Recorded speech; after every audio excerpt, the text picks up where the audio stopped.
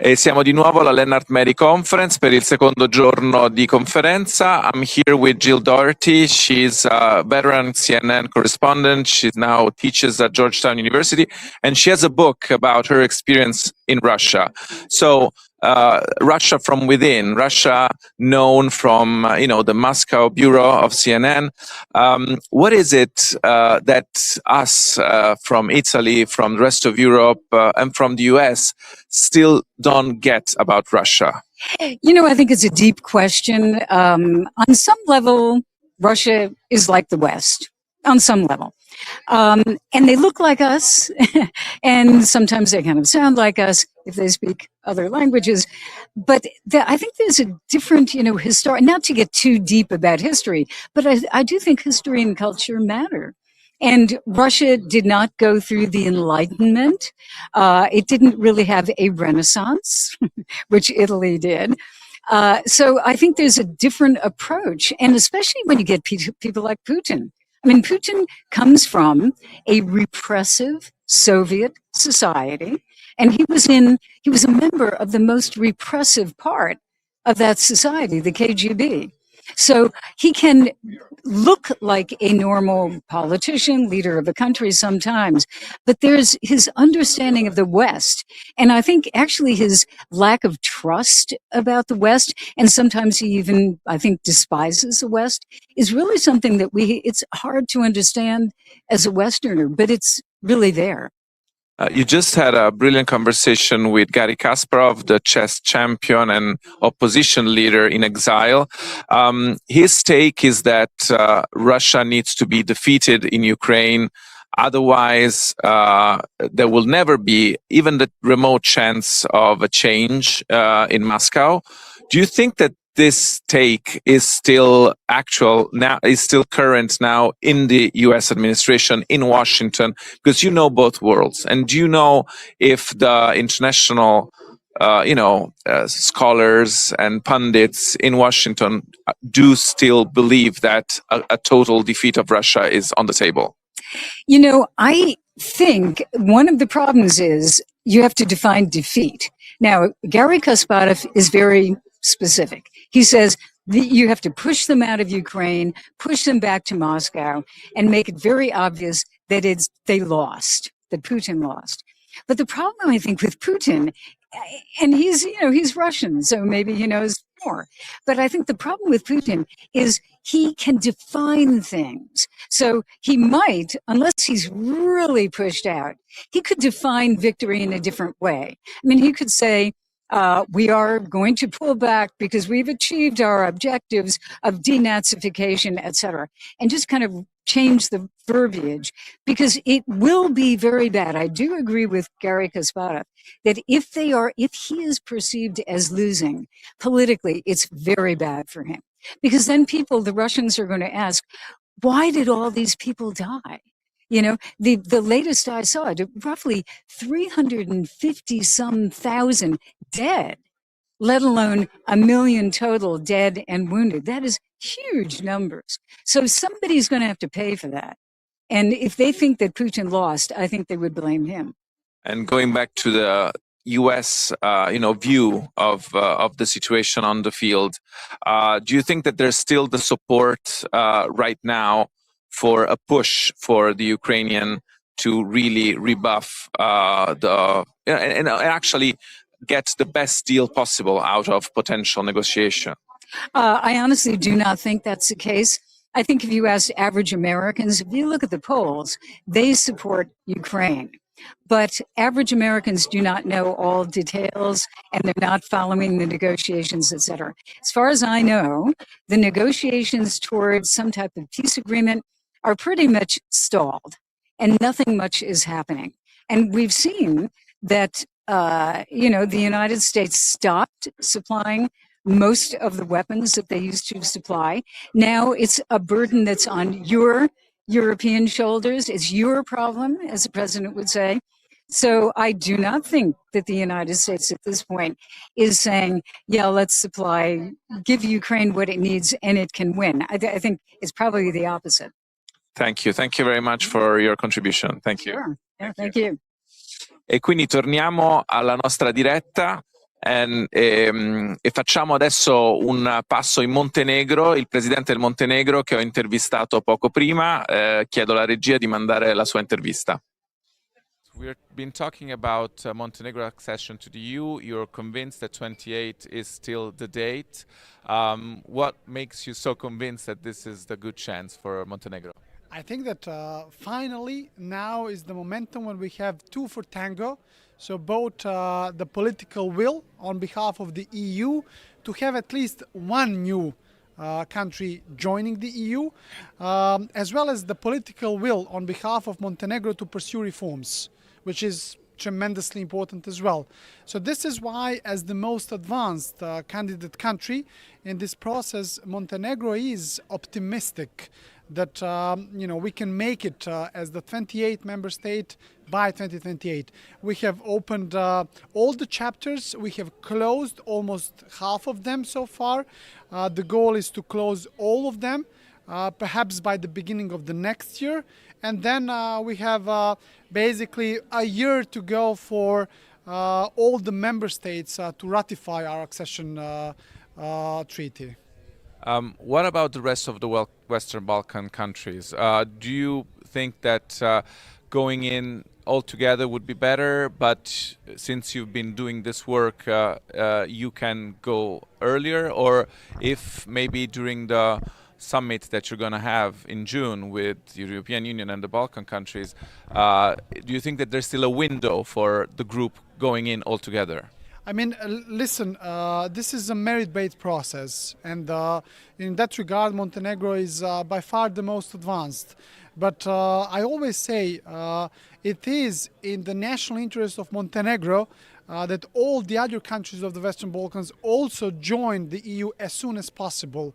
And I guess the stability and prosperity of the entire Balkan region depends on that.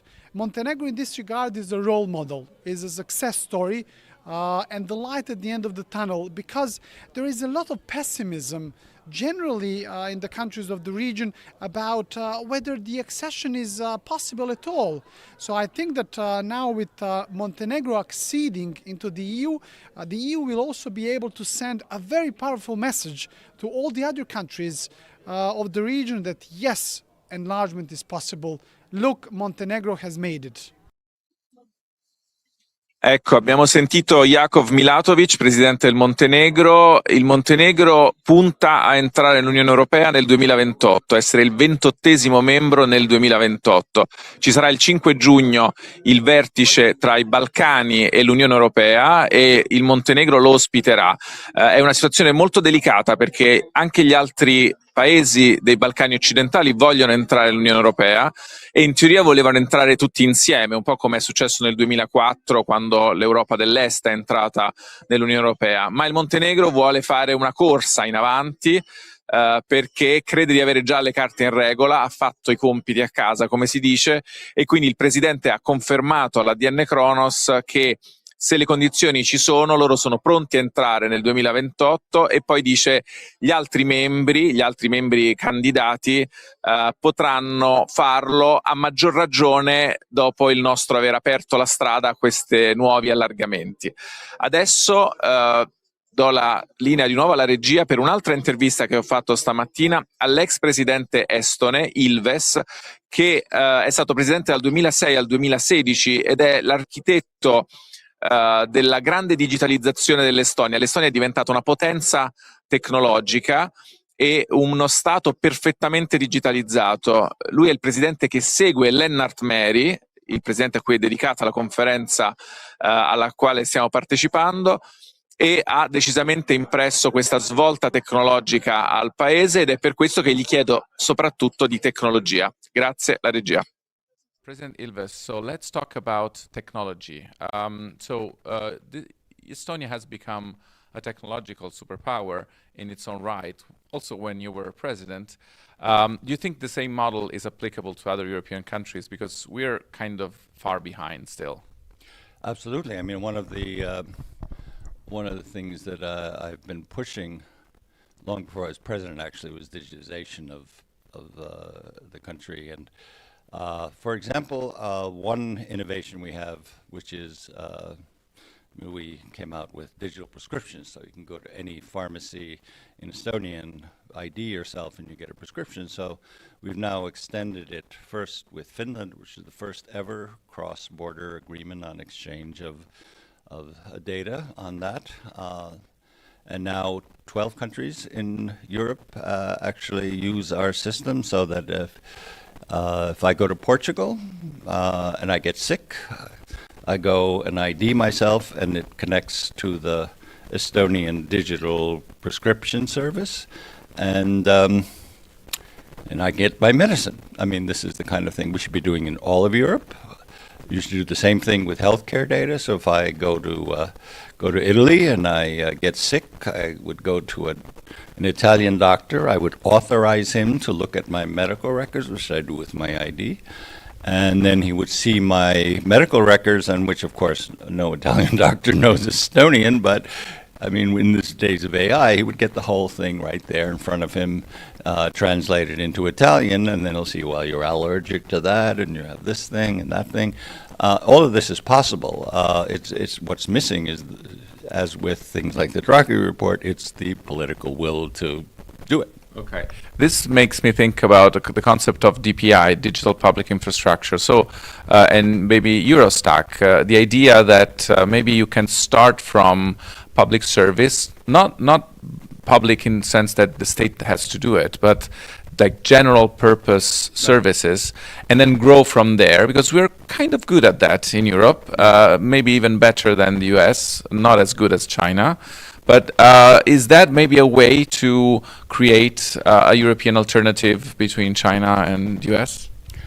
Well, I mean, in a sense, well, with China, yes. With the United States, there are no real digital public services, zero. I mean, I was at Stanford for 3.5 years, and while everything is incredible in the private sector, and it's the sort of the mecca of IT in the world, when you get to public services, it's that or doing anything with a public service, it's at the level of the 1950s. So I mean, we're way ahead there. But I mean, the bigger problem has to do with investment in technology.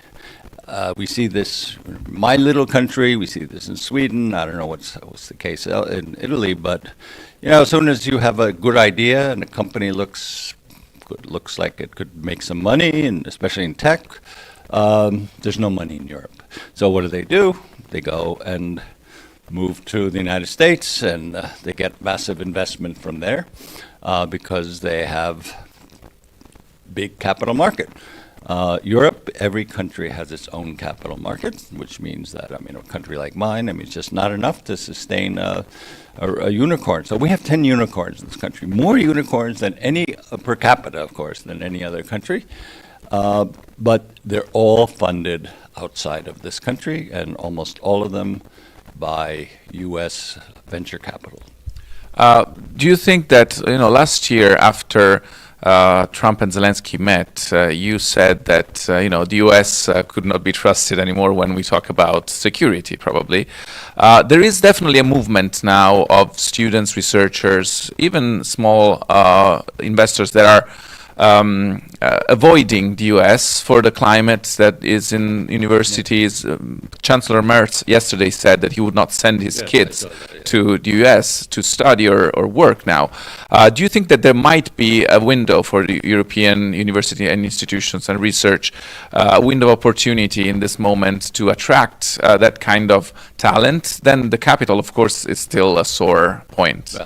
Well, I mean, getting talent, all we need to do, and this is something which has to be done at the level of individual member states, there's no EU policy on this, is simply change our immigration laws to allow, I mean, my suggestion would be to use a point system that, well, you have a PhD or you have published this many papers, automatically you get a residence permit and a work permit, and then, of course, do it with all kinds of categories. I mean, the U.S. really took off scientifically during the 1930s and 1940s when basically because of fascist policies in Europe, Jews, but not only Jews. I mean, people like Thomas Mann. I mean, they fled to the United States, and it only enriched the United States. And basically, we know Germany was the great powerhouse of science in the throughout the 19th century and the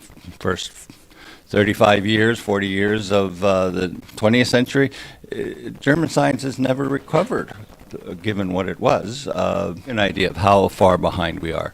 Big news 2 months ago was a French company, AME, was investing $1 billion in AI.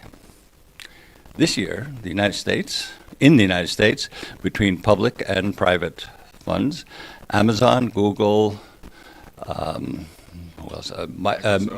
Microsoft and Meta, 4 companies are investing $670 to $690 billion. So $1 billion, and that's this year. And if you take last year, where we didn't really invest in anything, in Europe, they invested $350 billion. So $1 trillion invested in developing artificial intelligence. And then in Europe, the big news is $1 billion. We will. I mean, I'm 72, so it doesn't really affect me. But Europe in 25 years is not going to be.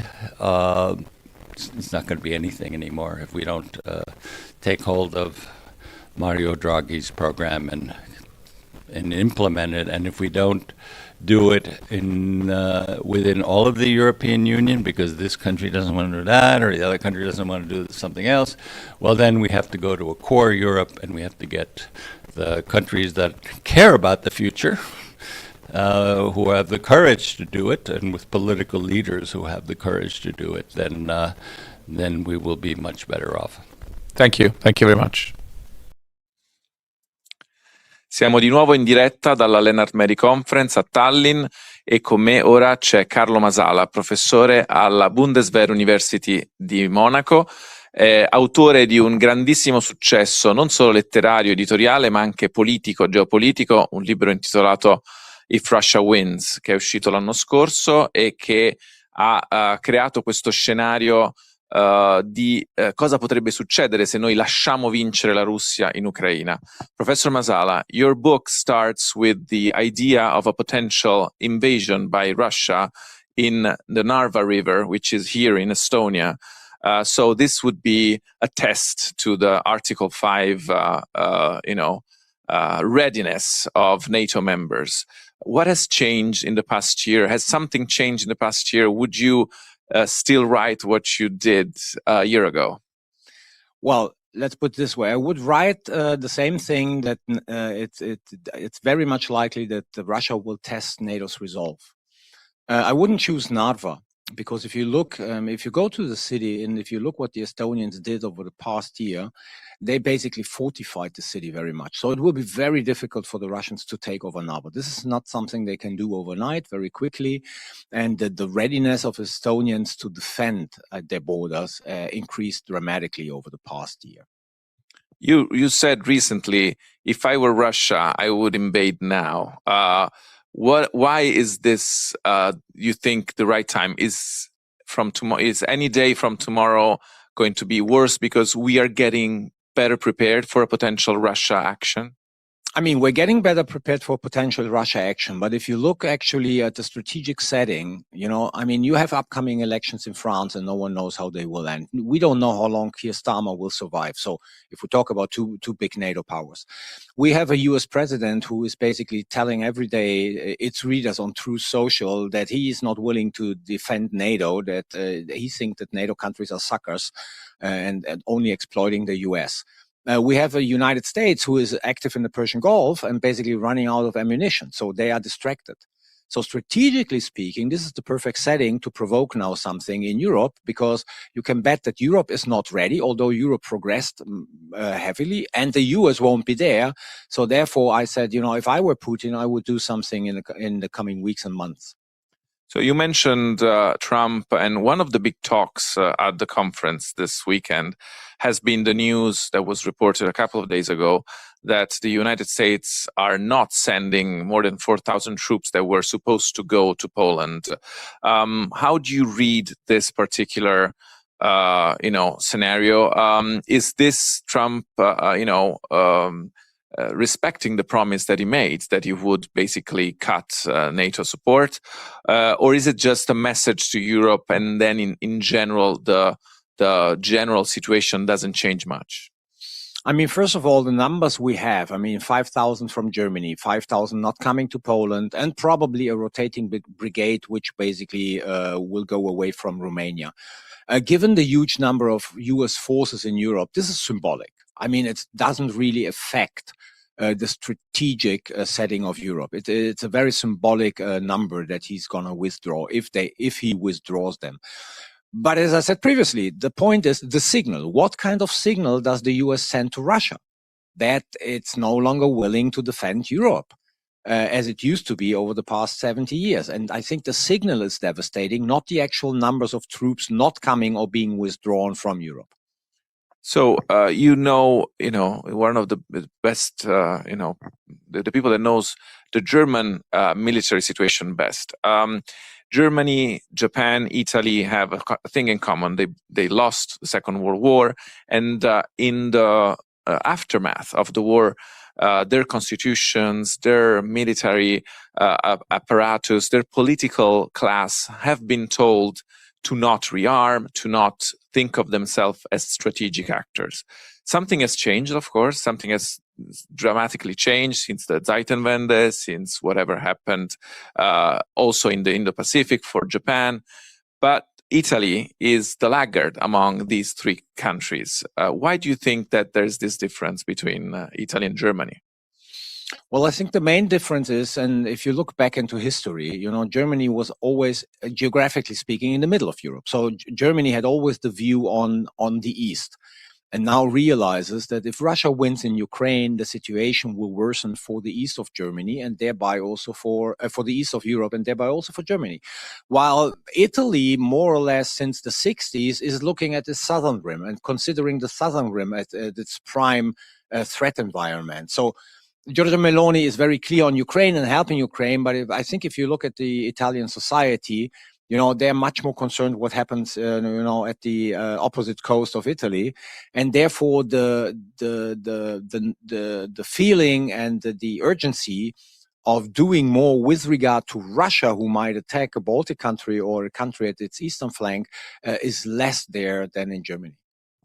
Okay, thank you so much, Professor Masala, and let's wait for your next book, and we're all eagerly waiting for that. Thank you very much. Thank you. Adesso do di nuovo la linea alla regia per mandare il contributo, l'intervista a Richard Wilkie, che è presidente del Center for American Security.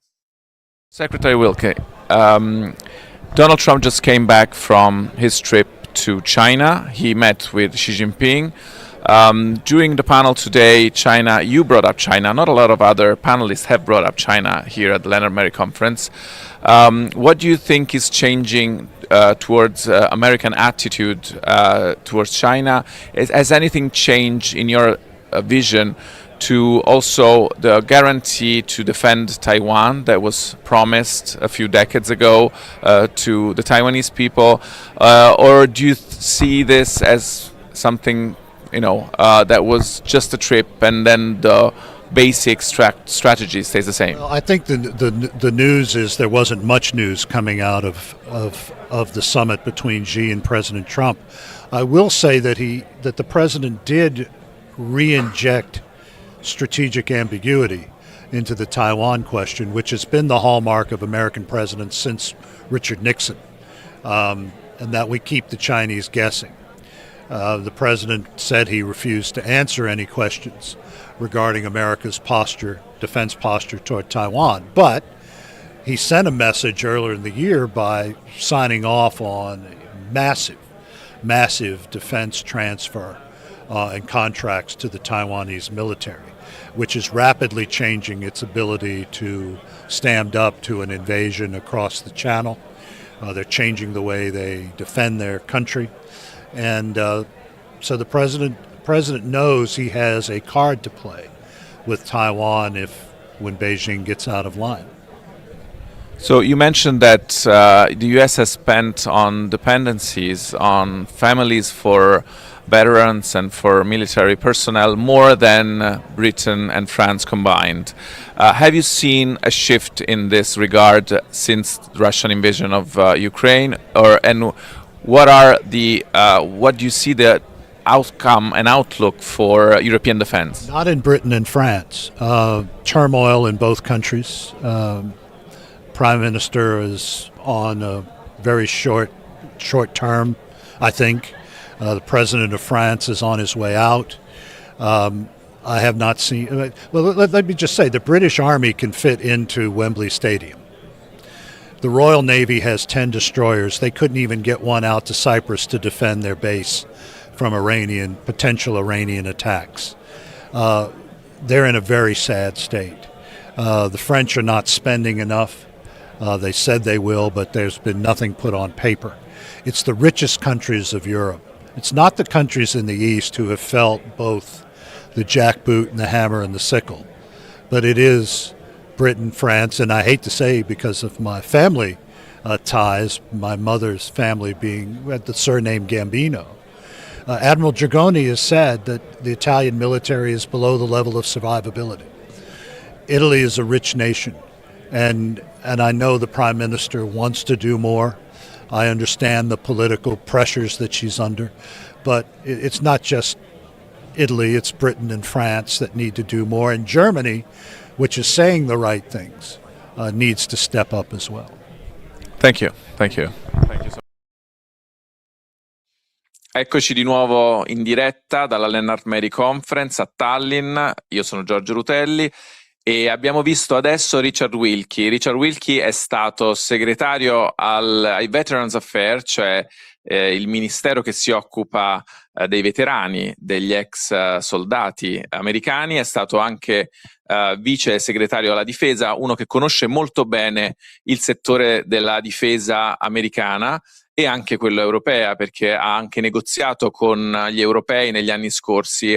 Durante il suo intervento oggi ha raccontato anche un aneddoto, il fatto che lui ha dato l'ok alla fabbricazione di una portaerei, al varo di una portaerei che costava 7 miliardi di dollari quando è stata, diciamo, progettata, e adesso sono arrivati a 18 miliardi di dollari, per far capire quanto è complicato oggi investire in questo settore, nel settore della difesa, perché dice oggi quella portaerei da 18 miliardi non la puoi mandare nel Mar Cinese perché la Cina ha un missile da 1 milione che è in grado di affondarla, e quindi diciamo questa è un po' la situazione complicata. Però ricorda anche che gli Stati Uniti investono tantissimo in questo settore, mentre Francia, Gran Bretagna e anche l'Italia ovviamente sono ben al di sotto di quello che hanno promesso di fare.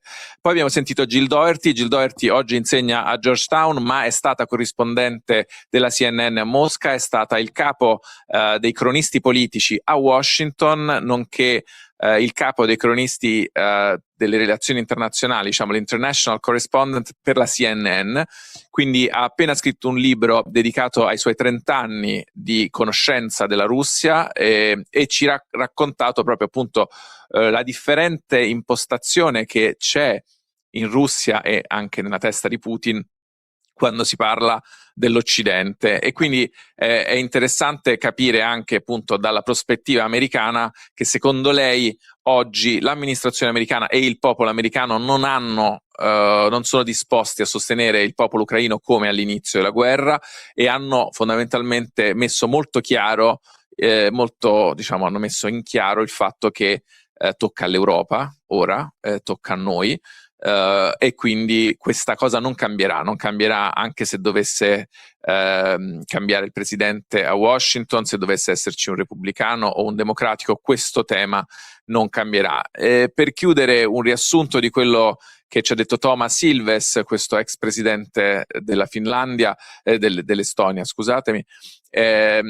ci ha detto che fondamentalmente noi dobbiamo puntare tutto sul piano Draghi. È un grande fan di Mario Draghi, lo ha citato anche in un suo discorso che ha tenuto a Torino la settimana scorsa. Crede che la necessità di investire nella tecnologia e soprattutto di creare un mercato unico dei capitali è fondamentale, perché senza un mercato unico dei capitali non c'è l'investimento in nuove tecnologie, quindi tutto quello che noi possiamo oggi costruire rischia di finire negli Stati Uniti, perché anche aziende di successo, start-up di successo europee, quando vogliono crescere non trovano qui i capitali, gli investimenti per farlo, devono andare negli Stati Uniti, e quindi si finisce per alimentare ancora di più il mercato americano e impoverire quello europeo. Quindi la sua proposta più urgente, e questo è emerso anche durante una tavola rotonda stamattina a porte chiuse, è stata quella di spingere il più possibile sull'unione bancaria, l'unione dei capitali. Ha ammesso però lui stesso che l'Estonia è uno dei paesi che l'unione bancaria non la vuole, perché è un piccolo paese, ha delle banche che funzionano bene, hanno paura queste piccole banche di venire schiacciate o di essere un po' travolte se dovessero nuotare in un mare così grande come quello di 450 milioni di europei e di 27 paesi. Con questo si chiude questa seconda diretta dalla Lennart Meri Conference, che va avanti. Domani mattina ci sarà Kaja Kallas, intervistata da Edward Luce, che è il corrispondente capo del Financial Times in Europa, ma ci sono tantissime altre tavole rotonde. Stasera parlerà Alessandro Marrone dello IAI, che è stato con noi durante la diretta di ieri, e vi daremo nuovi aggiornamenti sul sito di Adnkronos e sull'agenzia, sempre dalla Lennart Meri Conference. Da Giorgio Rutelli per oggi è tutto.